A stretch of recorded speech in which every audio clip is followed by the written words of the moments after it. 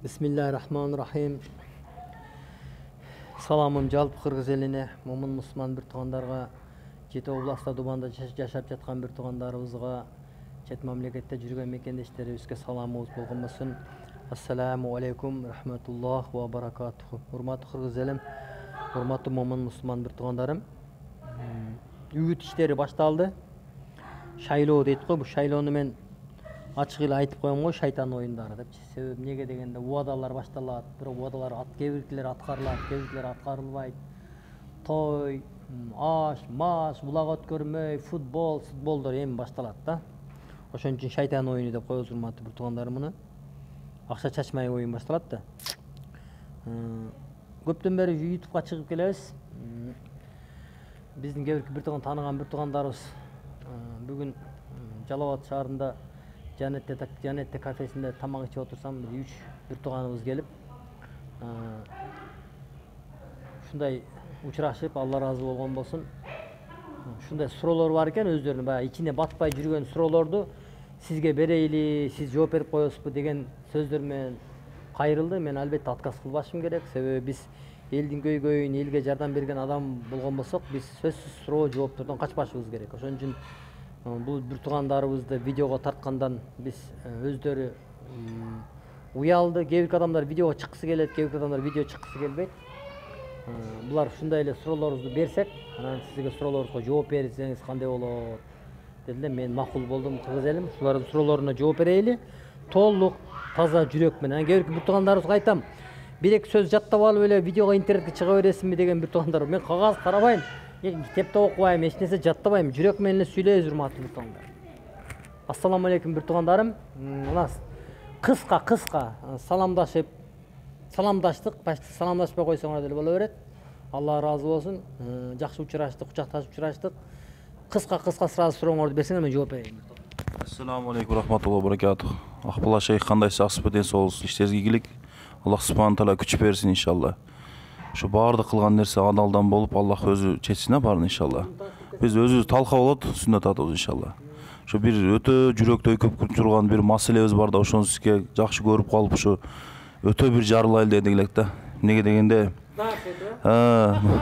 мына ушу элдик бийлик деп келди да, мисалычы, келип туруп анан ушу эл унчукпай отурат да. Бензин кымбаттады, мисалы строй материал.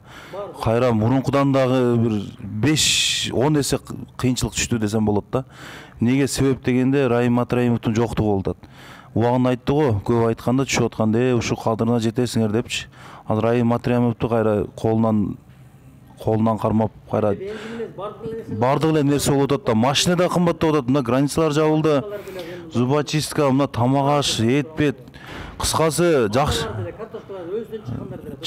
Кыскасы бензин кымбаттады, бензин чет мамлекеттен арзандайт дейт, бирок бизде бар нерселер деле кымбаттады. Кыскасы эч жакшы болгон жок. Ошон биздин ой Райым Матраимовду көп колдоп атат да азырчы. Мисалы баары колдоп атат да. Элдимда мен опрос кылып көрдүм, сурасам кана эле деп ушу келишин каалап атат бийликечи. Мен 100 эмес 500 эсе каалайт элем ушу жигит келип, ушу жигит гана түшүрөп, ушунун акциясынын себебинен, ушунун бизнесмен, чоң катта бизнесмендин себебинен, ошонун үчүн мына товарлар арзан болуп, ошонун урматына түшүрөт экен да. Бардыгы арзан болуп ошо карап турат экен. Ошон үчүн биз бийликке келишин каалайт элек ошочу. Бардыгы каалайт. Ишенбесеңер сурагыла элдин баарынанчы.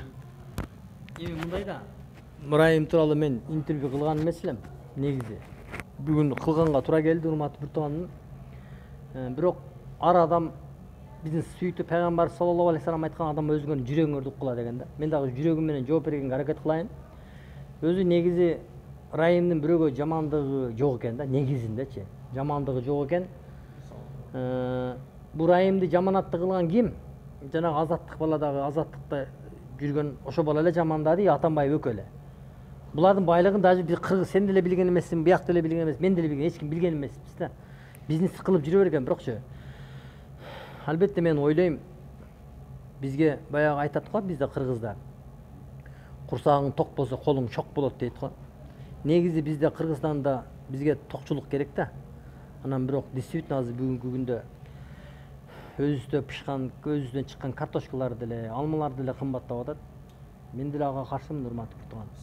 Албетте Райымдын келишин депутаттар деле айтып атат, сессияда айтып атышат. Ушундай Райым бар маалында КАМАЗдар кирчү эле, чыкчу эле, канча азыр азайып кетти деп бийлик да аны мойнуна алып атат. Действительно баягы ушунча КАМАЗ аз КАМАЗдар кирип калганын мойнуна алып атат. Ошон үчүн себеби бизге көп КАМАЗ кирсе, бизде арзанчылык болмок да. Албетте Райымды колдош керек. Райымды надабут керек болсо, Кудайым буйрса, эгер иштей турган жигит боло турган болсо, имандуу, бул имандуу адам экенин да уктум мен. 5 малынга толук намазга толук дейт, даваттарга чыккан инсан дейт. Даватка чыккан адам 5 малда толук намаз адам, намазчы адам эч качан адашпайт да. Намаз окуган адам сөзсүз адашып кетиши мүмкүн. Сөзсүз адашат. Мен албетте ушул Акылбек Жапаровго караганда, эски мурдагы чимкириктерге караганда, Райым Майтраимовдун келип премьер-министрликке отурулганда мен деле каалайт элем да. Элдин баары эле каалайт. Себеби муну эч ким тааныган эмес. Мурда элечи муну Атамбаев таанытып, бул себеби ушунчалык бизнесмен кылып, байлап ушу бизнесмендердин бизнесин өрчүп атканын Атамбаев билген да мунучу. Атамбаев жумуштан кеткенден анан муну кылып аткан бизнесин Атамбаев чакырып айткан деп ойлоп уктум мен. Бизнесиңен бөлүш депчи. Неге бөлүш керек? Анан ошо бизнестен бөлүшпөгөн үчүн анан Атамбаев муну коррупционер деп, ушинтип таможняны кыйган деп. Буга чейин Райымга чейин канча адамдар таможняда иштеп кетти. Эмне үчүн аларды кылган жок? Мен алар кыла алган эмеспи? Алар деле кылган. Просто Райым бул жерде баягы депутаттар айтмакчы, ушу билтилер айтмакчы, башымдай өтө катуу иштейт экен. Себеби имандуу да. Аллах Таала жардам берүүчү пенделерден экен да. Ошон үчүн албетте мен ошол азыркы депутаттар айтып атат го, тийишип айтып атышпайбы, Райым жокто, Райым барда арзан эле, Райым жокто азыр кымбаттап кетти деп. Просто Райымды ачык айтыша албай атат да, мындай кылып эле. Бийликке келсин деп элечи. Мен ачык эле айтат элем.